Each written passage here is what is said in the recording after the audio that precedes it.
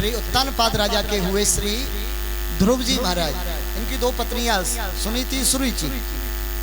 सुनीति के हुए ध्रुव जी महाराज, जिन्होंने बाल्यकाल में ही प्रभु को प्राप्त कर लिया। मात्र 8 वर्ष की आयु में भगवान की तपस्या की और यमुना किनारे मधुबन में मथुरा की भूमि में जाकर के भगवान को अवतरित किया और भगवान के साक्षात दर्शन किए। आप इस लीला को श्रवण करते हैं, जानते हैं। आगे आता है प्रहलाद चरित्र। प्रहलाद जी महाराज के जो पिताजी हुए नाम है हिरण्यकश्यपु, उनके बड़े भाई हिरण्याक्ष को भगवान ने पहले मार दिया 12 रूप धारण करके। अब दूसरा ये जो भाई है हिरण्यकश्यपु, इसका अवतार लेने के लिए इस कथा को जरूर सुनाएंगे, क्योंकि ये पुरुषोत्तम मास स्पेशल भगवान ने हिरण्यकश्यपु को मारने के लिए ही लिया था। प्रेम से बोलो राधे राधे। इस कथा को आप सुनिए। आगे चल करके प्रहलाद जी के पावन चरित्र को हम श्रवण कर रहे हैं। हिरण्यकश्यप ने अकाट तपस्या करी, ब्रह्मा जी की तपस्या करके ब्रह्मा जी को प्रकट करके वरदान मांगा कि मुझे अमर कर दिया जाए। ब्रह्मा जी कहने लगे हम अमर नहीं है तो तुम्हें अमर कहां से करें, कुछ वरदान मांगो। वरदान मांगे, बाहर मरू ना भीतर मरू, ऊपर मरू ना नीचे मरू, मारा यश से मरू ना शस्त्र से मरू, कोई जीव मुझे नहीं मार सके, ब्रह्मा की सृष्टि में ना मरू, 12 महीने में भी ना मरू। प्रेम से बोलो। इतना प्रबंध करके आया अपनी मृत्यु का, मृत्यु को जीत लेंगे हम, 12 महीने में भी न मरूं, ऐसा संकल्प लिया। ब्रह्मा जी ने वरदान दे दिया। इसने पापाचार ऐसा बढ़ाया पृथ्वी पर महाराज। इसके पुत्र हुए एलाद, महलाद, प्रहलाद, 4 पुत्र हुए। सबसे छोटे का नाम है प्रहलाद, जो माता कयाधु के गर्भ से जन्म लिए और गुरुकुल में जब इनको डाला गया, गुरुकुल में पढ़ाने के लिए शुक्राचार्य के पुत्र संडामर्क इनको शिक्षा दीक्षा ग्रहण करा रहे हैं। इनका तो केवल एक ही सहारा है। क्या सहारा? श्रीमन्नारायण नारायण नारायण, श्रीमन्नारायण नारायण नारायण, जय जय नारायण नारायण नारायण, जय जय नारायण नारायण नारायण, श्रीमन्नारायण नारायण नारायण, श्रीमन्नारायण नारायण नारायण। केवल एक नाम महामंत्र की शरण लेकर के श्रीमन नारायण के नाम की ऐसी शरण ली महाराज, श्री प्रहलाद जी महाराज ने दर्शन होता है। प्रहलाद जी महाराज ने अकाट्य भक्ति करी। संडामर्क जब पढ़ाने लगे तो सभी सहपाठियों से प्रहलाद जी कह देते फेल होना है या पास। सब सहपाठी कहते पास होना है तो नारायण नाम का कीर्तन करो, पास हो जाओ। ऐसा भाव। संडामर्क पहुंचते हैं, उनको भी करंट लगता है नारायण नाम के कीर्तन का। एक दिन हिरण्यकश्यप ने जाकर देखा पाठशाला में कि मेरा पुत्र कैसी पढ़ाई कर रहा है। नारायण नाम का उच्चारण देखा तो महाराज क्रोध में भर करके अपने पुत्र प्रहलाद को पकड़ करके राजमहल में उपस्थित किया। बता तेरा नारायण कहाँ है? जो भी नारायण हूँ वो मैं हूँ, नारायण नारायण नहीं, हिरण्यकश्यपु ही नारायण है, ऐसा कहने लगे। प्रहलाद जी ने बिल्कुल बात से इनकार कर दिया। पिताजी नारायण नारायण है, आप हमारे पिताजी हैं, बस क्या पढ़ाई करते हो? नवदा भक्ति का पाठ पढ़ाया। श्रवणम कीर्तनम स्मरणम पाद सेवनम। महाराज सबसे पहले भक्ति का नाम है श्रवण करना, दूसरी भक्ति का नाम है कीर्तन करना। आप 2 भक्ति तो यहाँ बैठे बैठे कर रहे हो, श्रवण कर रहे, कीर्तन कर रहे हो, ये 2 भक्ति कर रहे हैं आप बैठे बैठे। श्रवणम कीर्तनम स्मरणम पाद सेवनम, स्मरण करना, भगवान के पद प्रक्षालन करना, पादों की सेवा करना, पदों की सेवा करना, ये भक्ति में आता है। साख्य आत्मनिवेदन, आत्मनिवेदन करना, अपने आप को समर्पण भावना में भगवान का होकर के देखना, ये भक्ति है। नवदा भक्ति का उपदेश किया। हिरण्यकश्यप ने पकड़ लिया, बोल तुझे मरना होगा। तुरंत होलिका बहन आ गई। होलिका कहने लगी भैया आप परेशान मत होइए, मैं इसका प्राणांत कर दूंगा। होलिका ने अपने भतीजी प्रहलाद को अपनी गोदी में बिठाया, एक कूड़े के ढेर पर बैठ गई, नीचे से अग्नि जलाई गई। इसको एक चुनरी प्राप्त थी ब्रह्मा जी से वरदान में कि चुनरी तेरे शरीर पर रहेगी तो अग्नि का प्रभाव नहीं होगा। प्रहलाद जी महाराज बैठ गए, गोदी में बैठे, लेकिन इसने सोचा कि मेरे पास चुनरी है, मैं नहीं जलूंगी, प्रहलाद जल जाएगा।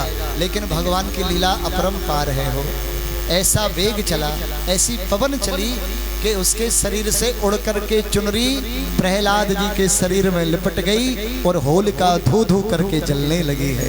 बोलिए नारायण भगवान की जय हो। केवल एक नाम महामंत्र से श्रीमन नारायण नारायण नारायण श्रीमन्नारायण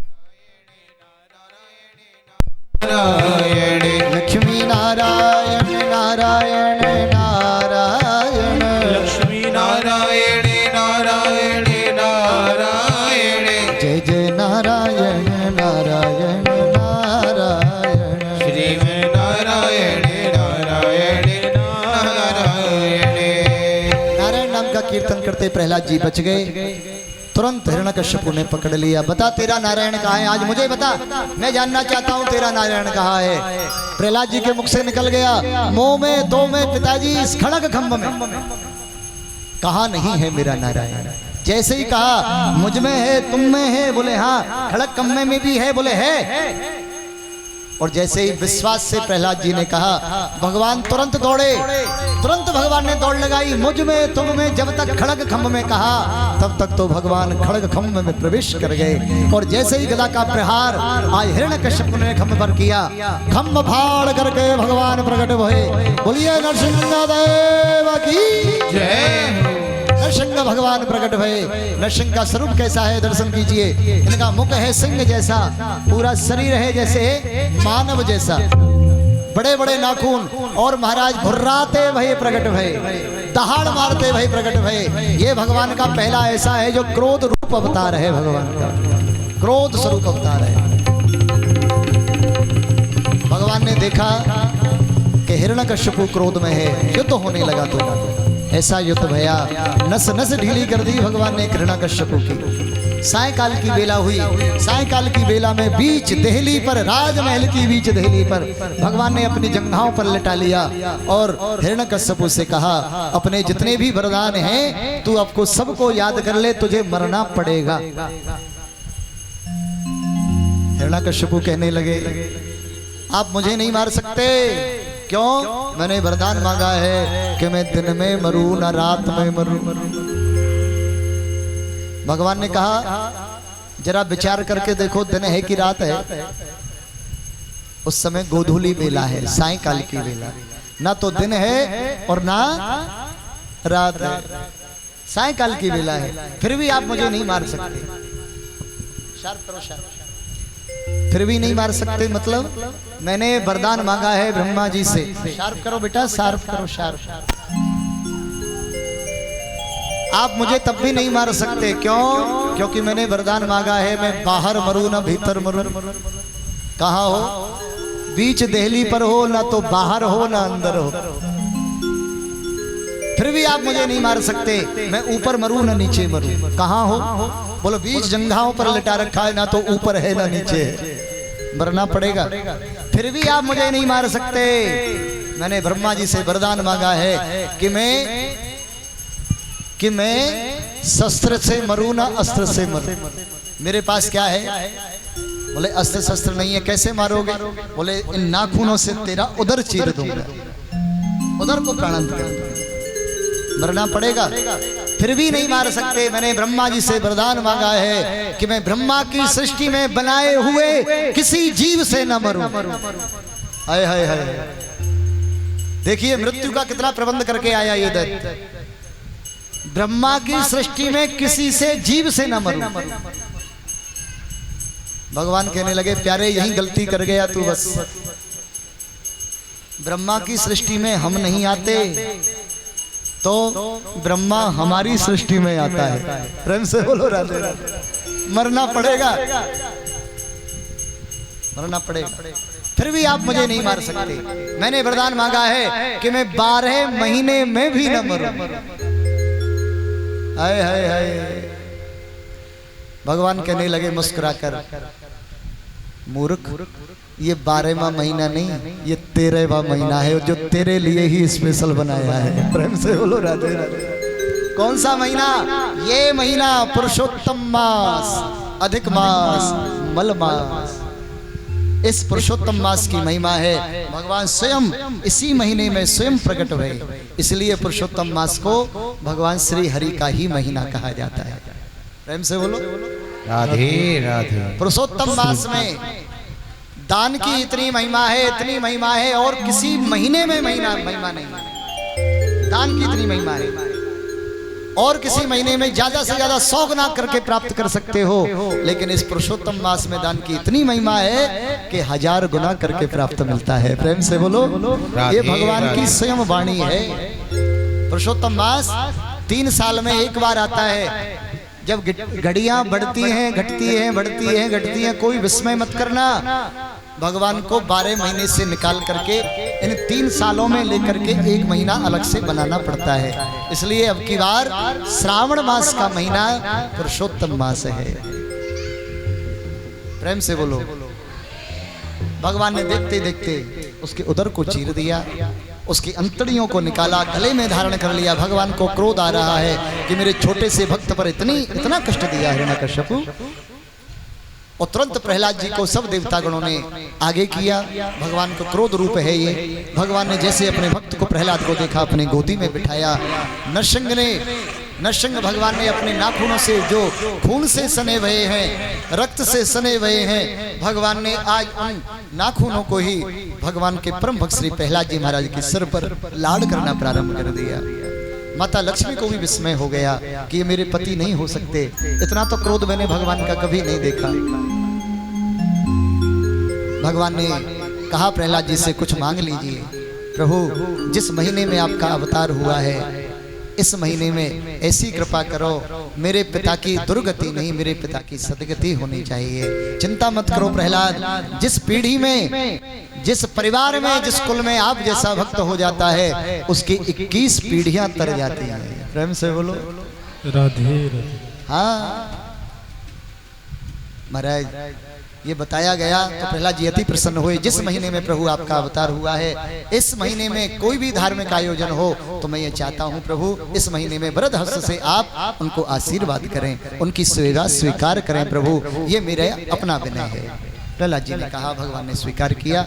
और ये 13वां महीना पुरुषोत्तम मास भगवान ने स्पेशल भक्तों के सुख के लिए बनाया। प्रेम से बोलो राधे राधे राधे। प्रहलाद जी बहुत अकटंक राज्य किया। उसके उपरांत में समुद्र मंथन की कथा आती है। समुद्र मंथन भया, बलि राजा के श्री प्रहलाद जी के हुए विरोचन के बलि ने त्रिलोकी पर आधिपत्य कर लिया। कल हम श्रवण करेंगे, बलि राजा की महिमा को भी श्रवण करेंगे। बलि राजा ने त्रिलोकी पर जब आधिपत्य कर लिया, देवतागण मारे फिर रहे थे। उस समय देवताओं से संधि बना करके भगवान ने दैत्यों के द्वारा संधि स्थापित करी और समुद्र का मंथन प्रारंभ किया। मंदराचल पर्वत को रई बनाया गया, वासुकी नाग को रस्सी बनाया गया, और देवता एक और देवता लगे, एक और दैत्य लगे। मंथन प्रारंभ हुआ। किस लिए हुआ? कि अमृत का कलश निकलेगा। अमृत तो निकला नहीं, जहर निकल गया। प्रेम से बोलो राधे राधे। निकलना चाहिए था अमृत, अमृत नहीं निकला, जहर आ गया। अब जब जहर आ गया तो भगवान शंकर को बुलाया गया। हे शंकर भगवान, हे भूतनाथ भोलेनाथ, हे कैलाश पर्वत निवासी, हे बद्रीनाथ भगवान, कृपा करो प्रभु, आप आइए और इस विष का पान कर लीजिए। सब देवतागण बुलाने लगे। भगवान शंकर पधारे। भगवान शंकर ने पूरे जनमानस पर, इस प्रकृति पर कृपा करके जहर को पिया, कंठ में धारण कर लिया। नाम पड़ गया, बोलो नीलकंठ महादेव की जय। भगवान ने समस्त सृष्टि को बचाने के लिए, ध्यान रखना, जहर को अगर ऐसे रख दिया जाता तो पशु पक्षी आदि जीव मर जाते। इसलिए भगवान ने अपने कंठ में धारण किया। उनको नीलकंठ कहा गया। नीलकंठ एक पक्षी भी होता है। कौन कौन जानता है? जानते हैं? नीलकंठ एक पक्षी होता है। 10वीं के दिन या फिर किसी विशेष दिन उसका अगर कोई दर्शन कर ले तो निश्चित है कि उसको स्वर्ग की प्राप्ति होती है। अब आप ये कहेंगे महाराज ऐसे ही कहीं कथा चल रही थी, ऐसे ही वक्ता बोल रहे थे कि महाराज अक्षय तृतीया के दिन या 10वीं के दिन, दशहरा के दिन अगर कोई नीलकंठ पक्षी के दर्शन कर ले तो निश्चित है उसका रिजर्वेशन स्वर्ग का पक्का। अब ये बात जब व्यास जी कह रहे थे तो रास्ते से कोई ग्वाला सुन के जा रहा था। उसने कहा मैं तो जंगल में रहता हूं, मैं तो कर ही लूंगा। हाँ, पहुंच गया। गौ चराते चराते भगवान की कृपा ऐसी भाई उसको नीलकंठ पक्षी के दर्शन हो गए। लेकिन कमाल की बात थी वो पक्षी जिंदा नहीं था, मरा था। प्रेम से बोलो राधे राधे। राधे राधे। अब उसको शंका बैठ गई कि व्यास जी ने कहा तो था लेकिन ये तो पक्षी बोलो मरो भयो जिंदा नहीं। आ गया व्यास जी के मंच पर, महाराज आप परसों बता रहे थे, कह रहे थे ना कि परसों के दिन कोई नीलकंठ पक्षी के दर्शन कर ले, तो विशेष दिन पर मैंने दर्शन कर लिया। तो मैं तो ये पूछना चाह रहा था कि प्रभु वो पक्षी मरा हुआ चलेगा स्वर्ग के लिए? व्यास जी ने कहा ए मूर्ख, कहीं तूने दर्शन कर तो नहीं लिए, सीधा नरक जाएगा। अब उसने कहा महाराज वो तो डर गया बेचारा। उसने जेब से नीलकंठ पक्षी निकाला और सबको दर्शन कराया। व्यास जी पहले तुम करो, हम अकेले नरक में क्या करेंगे, सब चलो। प्रेम से बोलो राधे राधे। राधे राधे। अरे भाई नीलकंठ पक्षी का मतलब क्या है? साक्षात महादेव का दर्शन है। नीलकंठ हमारे महादेव है, इसलिए नीलकंठ पक्षी को दर्शन कराया। समुद्र का मंथन हुआ, लक्ष्मी का प्रादुर्भाव हुआ, श्री विष्णु जी के लिए वर्ण हुई। उसमें से ऐरावत हाथी निकला, राजा इंद्र को दे दिया गया। मदिरा निकली, दैत्यों के लिए दे दी गई। कल्प वृक्ष निकला, स्वर्ग में आधिपत्य हुआ। और अंत में आज स्वयं धन्वंतरी जी महाराज अमृत का कलश लेकर के आए। कलश लेकर के जैसे ही निकले दैत्य छुड़ा करके भाग गए अमृत के कलश को। बहुत झंझट हुआ इसके अमृत कलश पर। दैत्य छुड़ा कर भाग गए, देवता पीछे पीछे हुए। तब तक भगवान ने देखा अमृत कलश जो निकला है दैत्य पी लेंगे, दैत्य अमर हो जाएंगे, देवताओं को कुछ नहीं मिलेगा। भगवान ने मोहिनी रूप धारण कर लिया। इतना सुंदर ठाकुर जी स्त्री बनकर आए, इतने सुंदर आए भगवान बनकर के, अपने कटाक्ष तिरछे नेत्रों से जैसे ही दैत्यों को देखा, भगवान का कटिक प्रदेश, भगवान का सौंदर्य वात्सल्य, ऐसा भाव दर्शन हुआ, दैत्य मुग्ध हो गए। भगवान ने कहा सुनो राजा बलि, अगर आप अच्छा लगे आपको तो मैं ये अमृत का कलश बराबर बराबर बांट दूं। तुरंत समर्पण हो गए। दैत्य ने सुना इतनी सुंदर वाणी में कौन बोलता है, आप बांटिए, हमें आप पर विश्वास है, इन देवताओं पर नहीं। प्रेम से बोलो राधे। दो लाइन लगा दी गई, एक दैत्यों की एक देवताओं की। देवताओं की ओर से प्रारंभ किया मोहिनी जी ने, और जैसे ही मुनि रूप धारण भगवान ने प्रारंभ किया, दैत्य कहने लगे महाराज आप यहाँ से प्रारंभ क्यों कर रहे हो, हमारी लाइन से प्रारंभ करो। अब दैत्यों में बुद्धि कितनी सी होती है। भगवान ने कहा देखो सुनो, ये जो पतला पतला है अमृत, इसको मैं देवताओं को पिला देती हूँ, जो गाढ़ा गाढ़ा रहेगा वो तुमको पिलाया जाए। हाँ, इतनी बात सुनी, दैत्य मान गए, बोले ठीक है। अब तो साहब महाराज अमृत कलश का वितरण हुआ। पूरा अमृत का कलश देवताओं में समाप्त होने लगा। एक दैत्य ने देखा ये तो गलत बात है, हमारा नंबर नहीं आएगा तब तक तो समाप्त हो जाएगा। सूर्य और चंद्रमा के बीच में बैठ गया एक दैत्य, और अमृत का कलश, अमृत का रसपान उसने कर लिया। सूर्य चंद्रमा ने शिकायत कर दी, बोले प्रभु ये तो दैत्य है। भगवान ने तुरंत चकित सुदर्शन लिया, सुदर्शन जी महाराज से उसका सरधड़ से अलग कर दिया। अमृत का पान करने के बाद उसका अमृत बना रहा, उसकी मृत्यु नहीं भई, तो उसको देवताओं में स्थान दिया गया। एक का नाम राहु और एक का नाम केतु। ये सुंदर स्थान नवग्रह में स्थान दिया गया।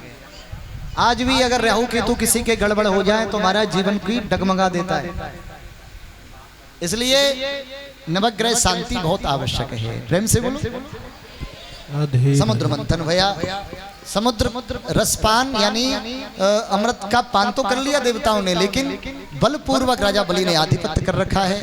आधिपत्य किए हुए को माता आदिति ने कश्यप ऋषि से प्रार्थना करी, प्रभु मेरे बालक मारे मारे भाग रहे हैं, राज्य को छिना लिया गया है दैत्यों ने, कोई कृपा करो।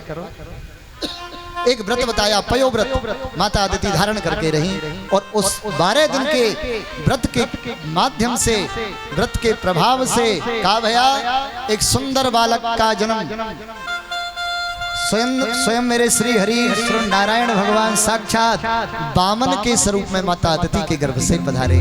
बोलिए वामन भगवान की जय। हमारे मध्य में श्री वामन भगवान की सुंदरमयी झांकी के आप दर्शन करेंगे। छत्र लेकर के कमंडल लेकर के आज वामन भगवान राजा बलि के दरवाजे पर पधारेंगे। कल इस लीला को हम श्रवण करेंगे। आइए वामन भगवान की झांकी को करते हुए सुंदर आनंद के साथ में हम दर्शन करेंगे। कल नंद के आनंद भयो जय कन्हैया लाल। आप सब तैयारी करके आएंगे। दूर दूर से आप सभी जो श्रोतागण पधार रहे हैं उनका बहुत बहुत स्वागत है, बहुत बहुत अभिनंदन है। व्यासपीठ उन पर खूब कृपा करे, खूब ठाकुर जी उनके जीवन में हमेशा करुणा बरसाए रहे। वामन भगवान का जयकारा लगाएं। मेरे वामन बिहारी जय हो तेहारी, मेरे वामन बिहारी जय हो तुम्हारी, मेरे वामन बिहारी जय हो तेहारी, वामन बिहारी जय हो तिहारी, जय हो तेहारी लाला जय हो तेहारी, जय हो तिहारी लाला जय हो तिहारी, जय हो तेहारी लाला जय हो तेहारी, जय हो तिहारी लाला जय हो तिहारी, मेरे वामन बिहारी जय हो तेहारी, वामन बिहारी जय हो तिहारी, मेरे वामन बिहारी जय हो तेहारी, जय हो तिहारी। देखिए सब वामन भगवान का पूजन वंदन करेंगे। ये अवसर है, ये साक्षात ब्राह्मण रूप का दर्शन है। साक्षात भगवान श्री हरि आपके मध्य में, आपके प्रांगण परिसर में पहुंचे हैं। स्वागत अवश्य कीजिएगा, ये मौका है, अवसर है। इसके बाद में कल हम सभी भगवत प्रेमी जन ठाकुर जी के, राम जी के पावन चरित्र को श्रवण करेंगे। कल अनेक अनेक भक्तों के चरित्र को श्रवण करेंगे और कृष्ण भगवान के जन्मोत्सव का आनंद लेंगे। आइए संकल्प के साथ में वामन भगवान का पूजन वंदन करें। हमारे पवन जी आपको कुछ एक बार बाड़ी में बोलेंगे। अच्छा, हाँ हाँ हाँ, बिल्कुल बिल्कुल। इसके बाद में आप आइए, जिनको भी दर्शन मेला करना है।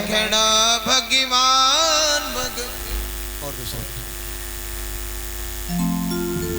हरि वामन रूप बनाए। संकल्प बोल दो एक बार, संकल्प।